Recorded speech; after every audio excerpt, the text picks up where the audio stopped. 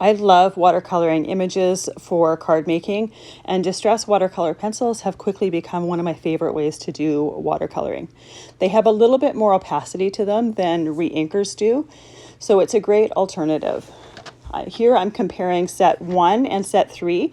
There are 3 different sets of Distress watercolor pencils. Each set has 12 colors in the set.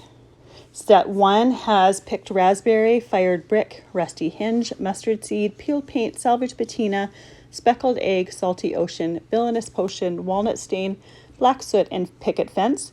And set 3 has tattered rose, candied apple, crackling campfire, wild honey, crushed olive, rustic wilderness, peacock feathers, tumbled glass, faded jeans, shaded lilac, frayed burlap, and hickory smoke. So there's a large selection of colors in each one of the sets, but it's nice to compare the two side by side just to see which one would suit your project or would suit your color choices.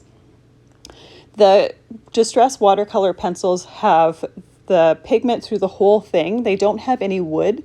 The brown or tan that you see on the side there is actually just a sticker around it that you can peel off as you use your crayon. So you get a whole lot of pigment within one crayon, so they last a long time.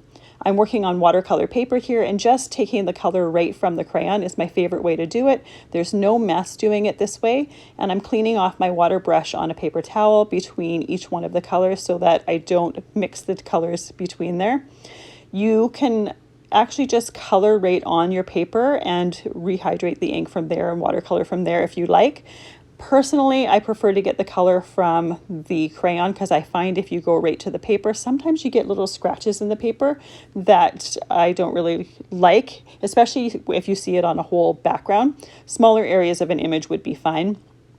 You can also wet these crayons and then color directly onto a stamp and then stamp them.